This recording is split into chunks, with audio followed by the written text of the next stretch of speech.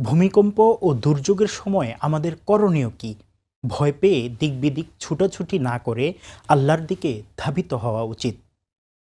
বিপর্যয় ও দুর্যোগ থেকে রক্ষা পেতে রসুল্লাহ সাল আলহি ওসাল্লাম আমাদের কিছু বিশেষ দোয়া শিখিয়েছেন।